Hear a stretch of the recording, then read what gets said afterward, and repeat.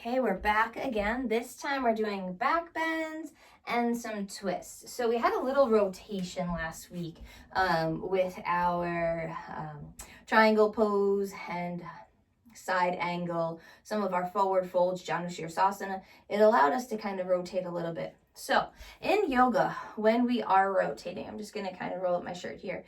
We want to rotate from the ribs. So your hips are always going to stay neutral, much like the crown of your head and your tailbone. I'm already starting off on that broken record game this week. So when we do that, we really want to think about rotating from our ribs, from our thoracic spine.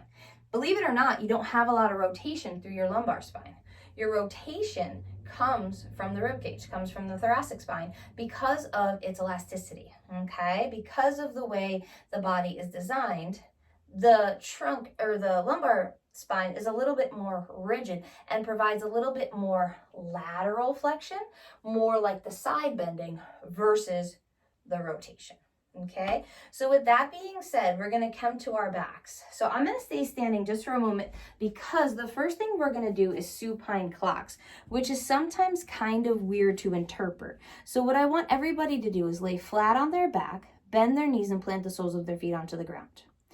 Moving from 12 o'clock to 6 o'clock is just a simple kind of pull in and release.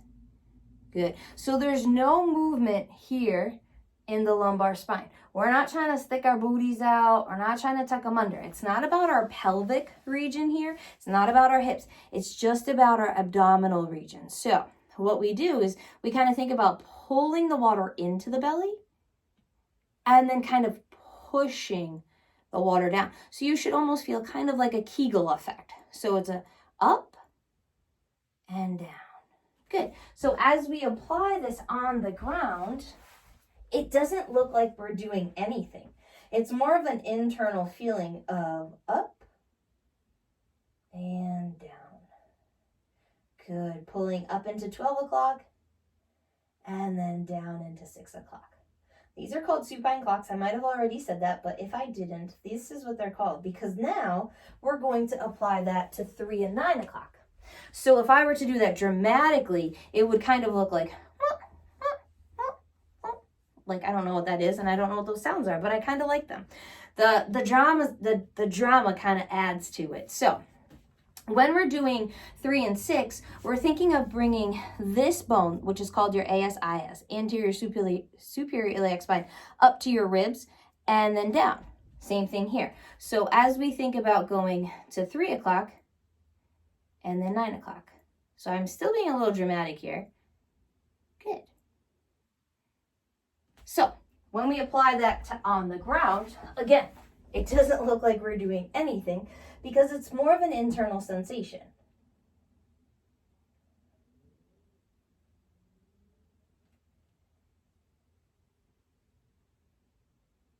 Good. Those are always good things to practice.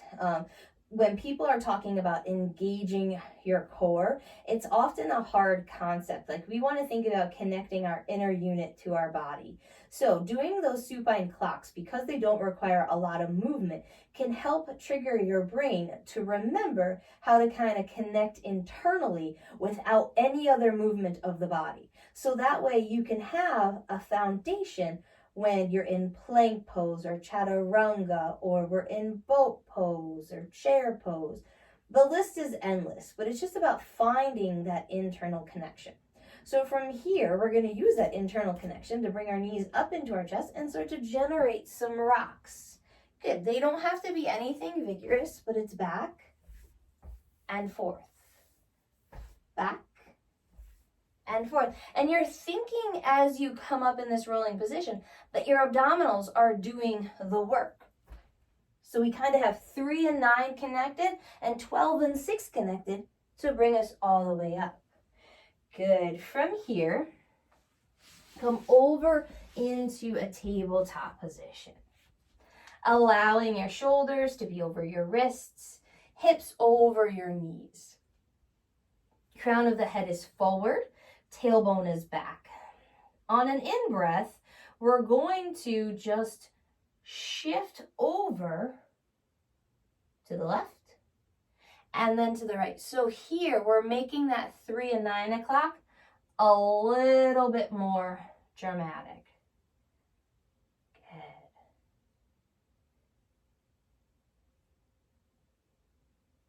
That's like a puppy wagging its tail. So I guess the puppy's not very excited today. But when we do cow and cat, we kind of replicate the same thing, except for we're thinking about kind of sagging our belly. So instead of sagging your belly, actually pull it in. And then as you round, keep pulling it in, keep pulling it in, pulling it in, transition it into a cat shape. So we can find connection here between 6 and 12, but also find some movement in our spine. Good. It just depends on how cat and cow is cued. Usually it's in a passive form, but we can make it active. We can make almost every pose in yoga active versus passive. As you come back to center, think about now connecting 12 and 6 and 3 and 9. So we've formed that internal connection. Now we're going to curl our toes, press through our hands, and lift our knees to a hover. Take a breath in, and then come down. And release. Curl the toes, float the knees. Take it down, untuck the toes. Last time, curl the toes, lift them up, and now step back into plank pose. Good. The wider you step your feet, the easier plank pose is, the closer, the harder. So keep pressing through those feet, press down through those hands, and then start to separate your shoulders like you're coming into cat spine. Good. Drop the knees down, press the hips back, child's pose.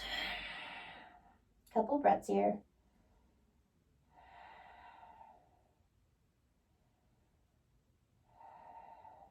One more inhale. One more exhale. Come through onto your knees. And one more time, slide your toes back, lift up plank pose. Good, breathe in. Breathe out. Breathe in. Breathe out. One more inhale. Exhale, drop to the knees down. Untuck your toes. Then your elbows come all the way down to the ground. Good. So come onto your forearms. This is called Sphinx pose, okay? So oftentimes it'll be cued for the toes to turn in to release the lumbar spine, release the tension from it.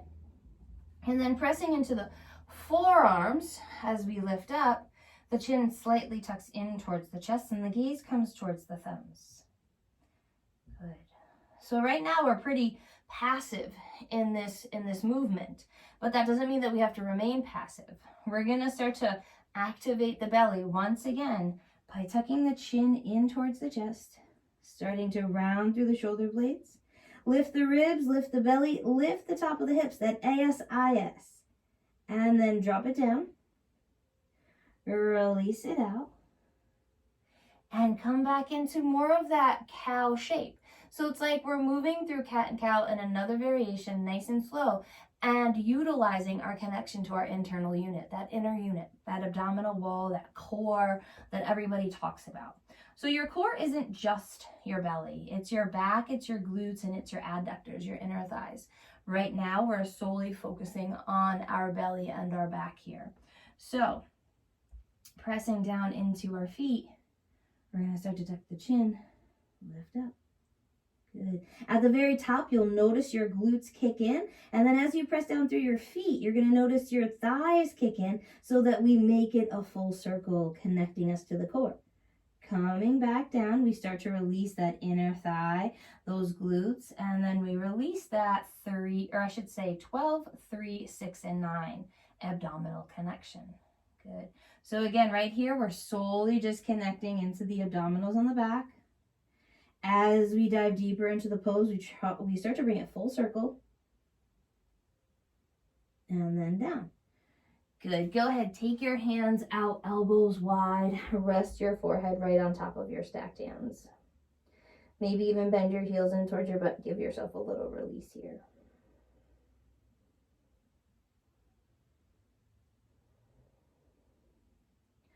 So from here, we have some prone back bends known as baby cobra, bhujangasana, tall cobra, or urdhva mukha svanasana, which is upward facing dog. So those are 3 common variations of heart openers in a vinyasa. Okay, so when we're practicing bhujangasana, it's very similar to what we just did, except for our hands are in line with our chest. We press down through the tops of our feet. We start to peel the heart away. And as we do, there's a connection to the abdominal wall as the shoulder blades squeeze together and down towards the butt, and we lift up. And then release. Keeping our hands in the same spot, pressing into the shoelace sides of our feet again, grounding down through our hands. This time we press up and we come into what we call tall cobra. So here, a lot of times people try to shut the shoulders up towards the ears. Think about pressing your shoulders down and back as you find that extension through your lumbar spine. And then bend the elbows, lower all the way down. Keeping your knees right here, or I'm sorry, not your knees, your hands and your legs right here. As we press up into tall cobra, we can then really press into the tops of our feet and come into upward facing dog. Lowering down and to the ground. Good. Again, take your hands in front of you, stack your head on your hands and have a moment.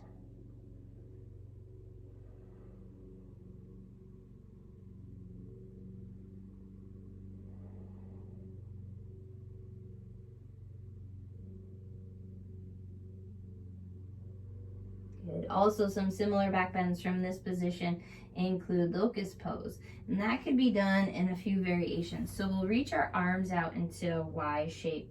So using the outsides of your mat to kind of guide yourself. Thumbs are up, feet are separated about hips width distance. Not only is your chest going to come off the ground, but your toes, ankles, maybe even thighs come off the ground as you fly up. It's like a Superman. And then down. So we're really kicking in those back extensors, those back body muscles, posterior chain, our shoulders, our glutes, our hamstrings. Everything's kind of working together to lift us up and off, but we still have some kind of connection to our internal unit as we're performing this back bend, okay? Another option is to float the hands by the side, pinky side edge of the hands up. From here, same thing. It's a nice lift of the chest, the ribs, the belly, the toes, the shins, the knees, and maybe even the thighs lift up a little bit. Our arms and shoulders are reaching into extension. We're nice and long here. And then we lower. Good. Take a deep breath in. And then out. Good. Deep breath in. And then out. One more inhale. And one more exhale. Good. Bring your hands in line. Bring your heels towards your butt. Think about the crown of your head and your tailbone staying in line with each other. Press back up and bring yourself to your knees. Good. So we're going to work on 2 more back bends, camel pose and then bridge pose. So I'm crawling up here. We're going to keep our knees about hips width distance apart, toes to follow. And then all we're going to practice on is sitting back. Nice and strong. So again, we need a connection to 12 and 6, 3 and 9. Okay, so we have that inner unit connection. All that's happening here is our hips are making a shift. The crown of my head and my tailbone are staying in the same line. You can have your toes tucked or untucked. I'm going to do this one with my toes tucked, okay? So hands are by my side. I'm hinging back with my hips and then back up. Good. Hinge back with your hips one more time. And then back up. This time when you hinge back, maybe your hands touch your heels. Pressing your heart up as you squeeze your shoulder blades together. Then tuck your chin in towards your chest, allowing the back bend to come from your ribs and not your lumbar spine. Good. From here, sit yourself up and then down. Okay? A lot of times, camel pose is cued to kind of come back from here, but it makes it really complicated for it to happen from this tall kneeling position. It also tends to generate some compression on your lumbar spine, and it creates a pinching sensation, which you don't want to experience because the back bend is coming from the rib cage and up. So if we keep our hips in this nice neutral line here and reach back towards our heels, then we can develop from here. And then you can even bring your hands to the small of your back and support your way back up as you sit down on your heels. Okay, so that's camel pose. Cross the ankles. And before we get into bridge pose, we're gonna work on a little boat pose. Okay, so kind of looks like you're making a boat. You're hollowing out and you're creating this space here, okay? That looks, kind of complicated, but it's not. Let's just start by finding those bony points on our bum. So sometimes we have to remove the flesh there because some of us have extra, like myself, and that's okay. We're gonna bring our knees into our chest, okay? And then we're just gonna lift the toes. And then put them down. Lift the toes, put them down. Lift the toes, put them down. When you lift the toes, we don't wanna do this. We still wanna stay nice and tall so that when we lift the toes, and then maybe straighten a leg, or another leg, or another leg, or another leg, and then maybe both legs, we could stay nice and broad. Ploop, plop. Okay? So, traditional Navasana boat pose looks like such. Okay? We can take any variation of that simply by starting here and lifting the toes. Up, down, up, down, up, down. What happens there is we have a lot of work from 6 o'clock and then 3 and 9 o'clock. Okay? So that we're kind of lifting up, and our hip flexors have to do a lot of work too. So, we just did a lot of work with those. Let's come down onto our backs and release them out with our bridge pose. So, bridge pose, hands by your side, soles of the feet into the ground, feet and ankles and knees are apart. Okay, so we're not zippering up here. We're gonna press into our whole foot. Start to squeeze our glutes and lift up off the ground. Good. Really pressing down into that whole foot as we lift up. And then lower back down. Take a breath in. And a breath out. From here, again, we lift up. Press into that whole foot. Squeeze those tushes.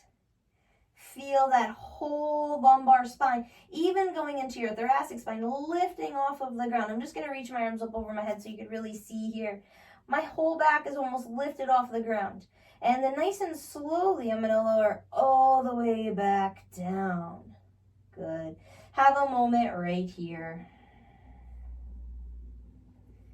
And then let's practice our rocks again as we bring our knees up and forward. Coming into the seated position as we come over our legs.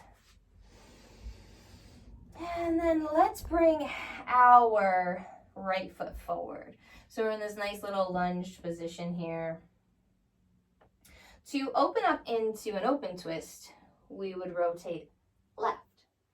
Well, let's work on closing the twist down today and opening to the right. So again, ribs are coming towards the right, hips are staying forward. We can start here and maybe end here by pressing our left foot back nice and long for a simple twist pose. Okay, bring your hand back down, bring your knee back down. Let's do the other side. Okay, so remember, opening twist gives us a lot of range of motion.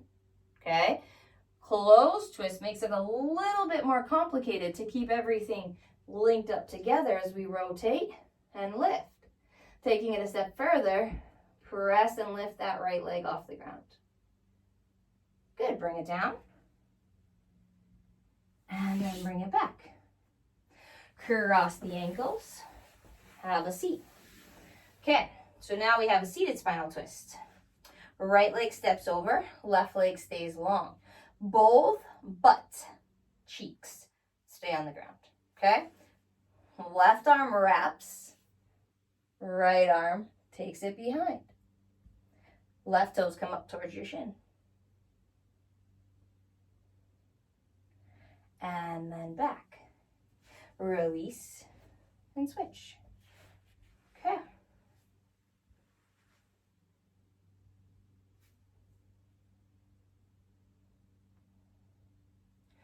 And release.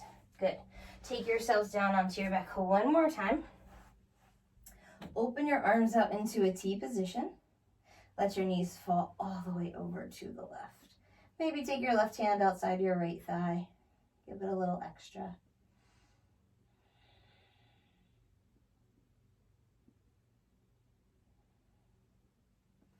And then back up through center. And over to the right.